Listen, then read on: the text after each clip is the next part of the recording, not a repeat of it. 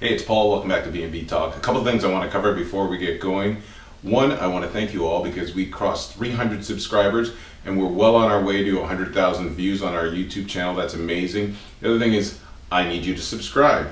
The other thing I want to cover is that I just started a new blog. That's right, you can find me on letstalkaboutsoaps.com, and it's the Y&R Friday Cliffhanger. Every week you'll see what my thoughts are on the Y&R.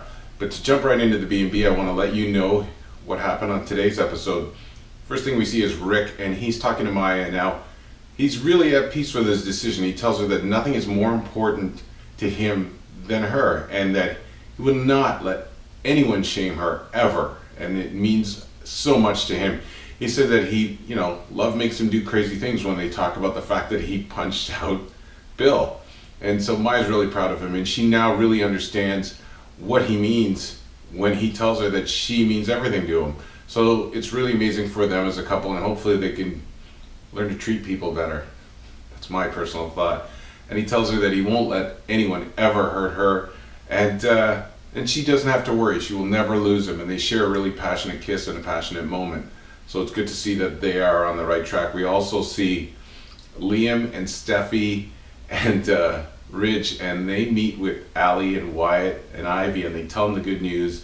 They tell them that Rick has been defeated and that Ridge is the new CEO. And Allie wastes no time in running over and telling Oliver, and they're both happy about this. The fact that Ridge is the new CEO. And we see everybody toasting the good news. Then Ridge goes over to Caroline, and he tells her everything that went down, and she's obviously really happy. She tells him that she'll be right by his side, and Ridge tells him that there's nothing more important to him than her. So let's see what happens with these guys in the future. We see Wyatt and Ivy, and they're talking about Steffy. Now, Ivy's really curious about Steffy, and Wyatt tells her that she's the type of woman that no man can resist, and she has a real problem with this, obviously, because Liam is spending time with Steffy. And then she sort of swings things around, and she asks Wyatt, seeing as you're talking about Steffy so much and saying she's this almost perfect woman that no man can resist, what about you? Could you resist her? And he says, absolutely not. Now at that point, Liam walks in and wants to know what they're talking about, and they tell him that they're talking about Steffy. Wyatt's kind of bold. He steps right out and says to Liam, well, would you have a problem if I asked her out? And Liam doesn't really have to think too long, and he says no, he wouldn't have a problem. So I think you can see what this is setting up for, but somebody better ask Steffy, because it looks like her Geiger counter is right on Liam. So it should be interesting with the two brothers and the two women. We also see in that episode Liam and Steffy, and they are spending some quality time, and they are reveling in the whole moment and toasting obviously the success. They're alone, and what happens? We see a kiss. But when we see that kiss, we look through the door and you can see no one other than Allie, and Allie doesn't like what she sees. In fact, it doesn't take her too long. We see Steffy having a flashback. Allie bursts into the office and starts reading her the riot act. I mean, it's the same thing that she would do with Wyatt when he was after Hope.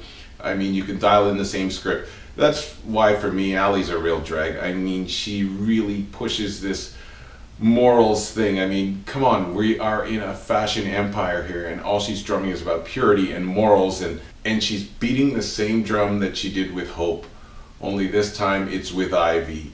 All you have to do is insert this character, but Steffy's not hearing any of it. She really treats her like she's nothing more than a school child, and tells her to go and mind her own business. She says it was nothing more than a congratulatory kiss, and that that's all there is to it, and they're going to be working together and doing business together. That's pretty much where we leave it. Allie's acting like a bodyguard, only Hope's not around, and Ivy is now her target. So it'll be interesting to see how this plays out. I really am bored with the character. I think that she's a one-trick pony, and that's all she can talk about.